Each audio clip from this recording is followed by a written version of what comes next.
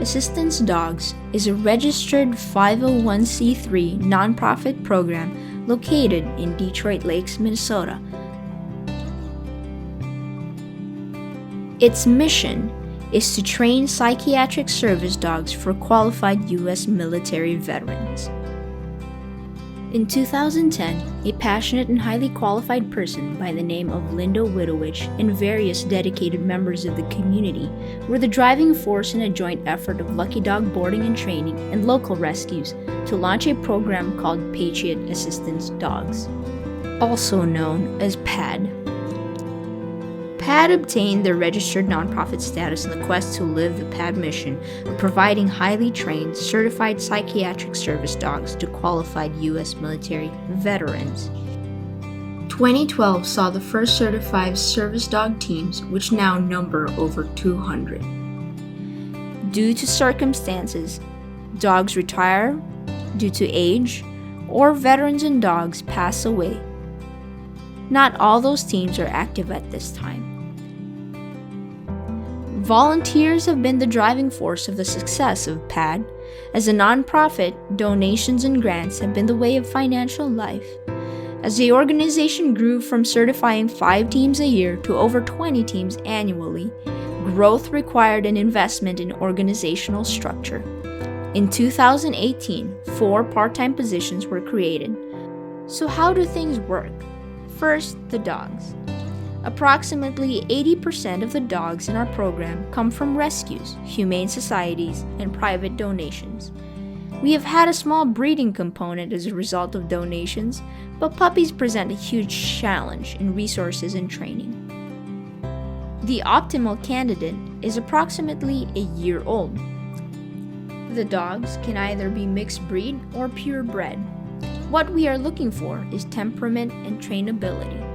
Often with rescues, the background is unknown, but there are simply too many good dogs out there that find themselves homeless or without purpose through no fault of their own.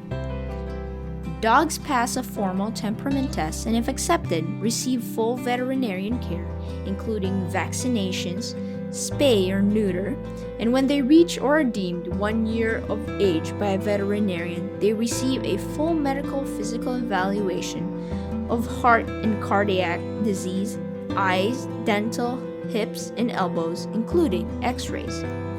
Once they pass the medical, they proceed through obedience, American Kennel Club Canine Good Citizen certification, and begin public access work and comfort skills. A dog must be confident enough in public to be able to learn and perform his or her job of assisting their veteran, regardless of distractions or outside stimulation. Some of those comfort skills are also necessary in the home.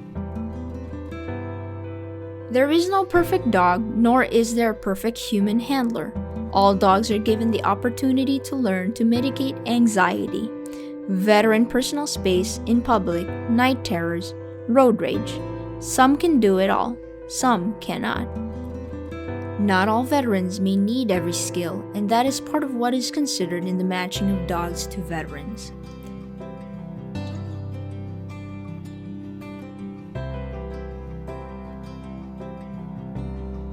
How long does it take to train a dog?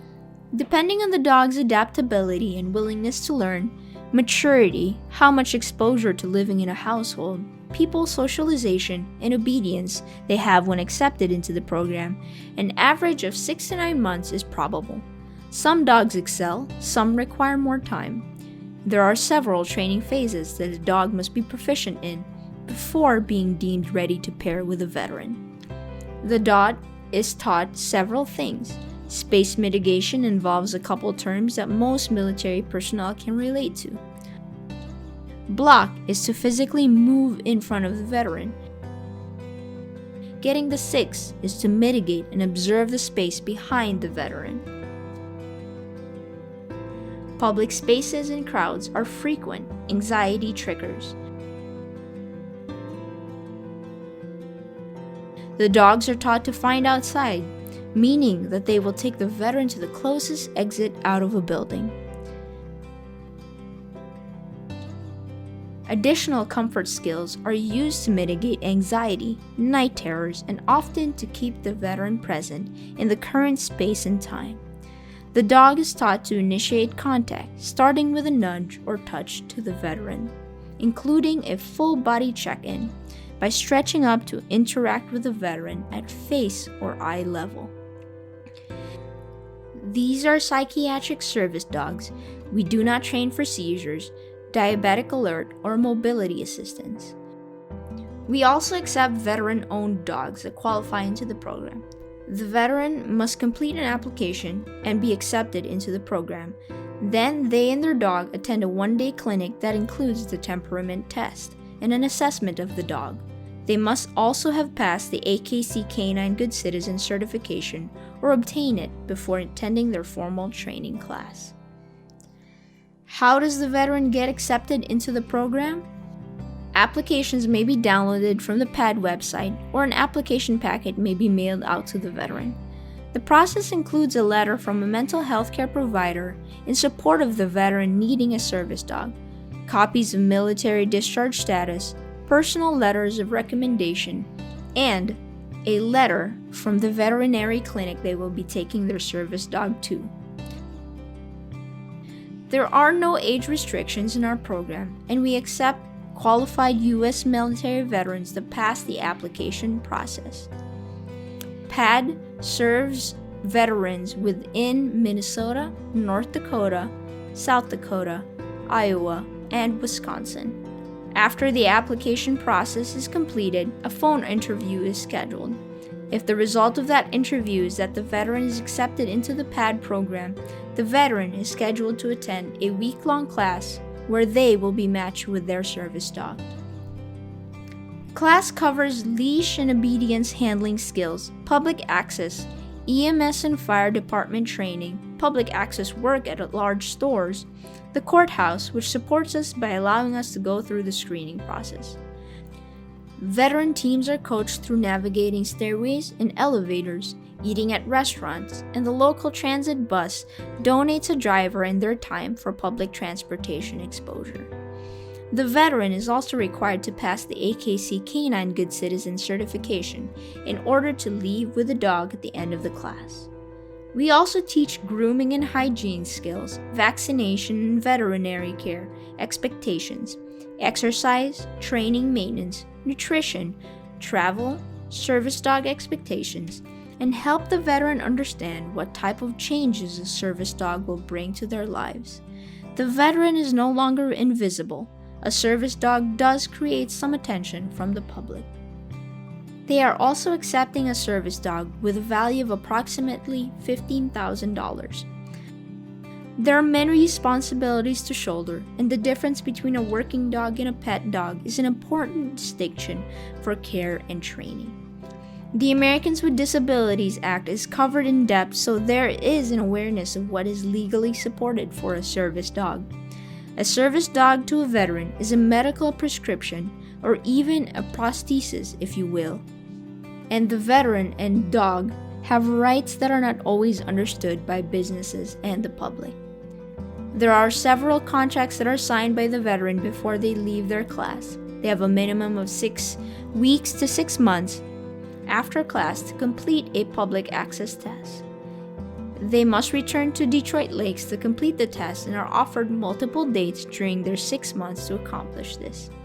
PAD contracts with an independent evaluator to administer the public access test. The dog is on foster contract with the veteran for 2 years, and if all requirements are met at the end of 2 years, the veteran may complete an application to have the dog transferred to their ownership. There is continual contact, support, and follow-up throughout the life of the service dog team. It is amazing to see the positive changes between the veteran and service dog. The best way to see PAD's impact is to hear from the veterans themselves. You know, before I was suspicious and stuff, and now that Thor's come into my life, I can be sociable and visit with people and talk to them and enjoy the company of everyday people, you know. I don't have to keep looking over my shoulder and saying, oh God, is he gonna attack me, or, you know, this or that. And I got really paranoid about stuff that was behind me and around me and stuff, just for that reason. And it's all better now. It's controllable because the dog takes care of that situation. He's alert, he's aware. I never have to worry. All I have to do is look at him. He's looking where everything is. He's also an excellent companion. The PAD program with Paula and Linda is very exceptional. They take dogs that aren't wanted.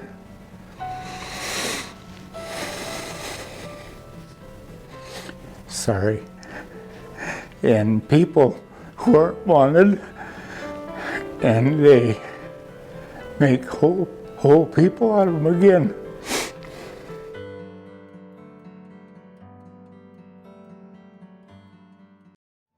I've never had a dog impact me so much. This has been, I call her my guardian angel. She's always there, she's always watching out for me. I'm living by myself. I'm going to the grocery store by myself multiple times in a month. I'm taking trips. I went down to Tennessee. I went to go see my friends in Minneapolis that I haven't seen in years, by myself. So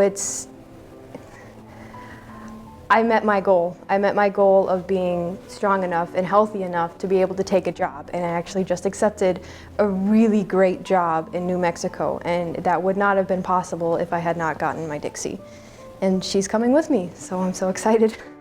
My future is so much more promising than it was before. Like I had stated earlier, I actually took a job that I never would have been able to do by myself. So I'm going to be able to leave. I'm going to be able to do this job in a field that I love, in a field that I have passion for, in a field that I've actually got a degree saying that I have all the skills that match my passion. Without Dixie, I could not do that. I would have to stay at home. I would have to stay in my hometown with my family and make ends meet some other sort of way. I wouldn't be able to use my skill set the way I wanted to. I don't know how to thank them enough. I really don't. When I walked into PAD, I didn't say anything. I kept my eyes down. There was another mentor there, and she asked me if I wanted to meet her dog. And I had to give it a command, and it was something like, "It's nice to meet you," so it would shake. And I couldn't. I just looked at her and I shook my head. And she took me inside the room. And then they started bringing in the dogs, and Dixie wasn't the first dog I handled. But when she came in, she looked at me, and she picked me because she looked at me and she started to come towards me, but she was with a different veteran, so she had to go away. And then I asked Linda if I could handle Dixie, and we haven't been separated since. So I just hope she understands, and I hope the whole program knows how thankful I am, because she's literally my guardian angel. She's always there.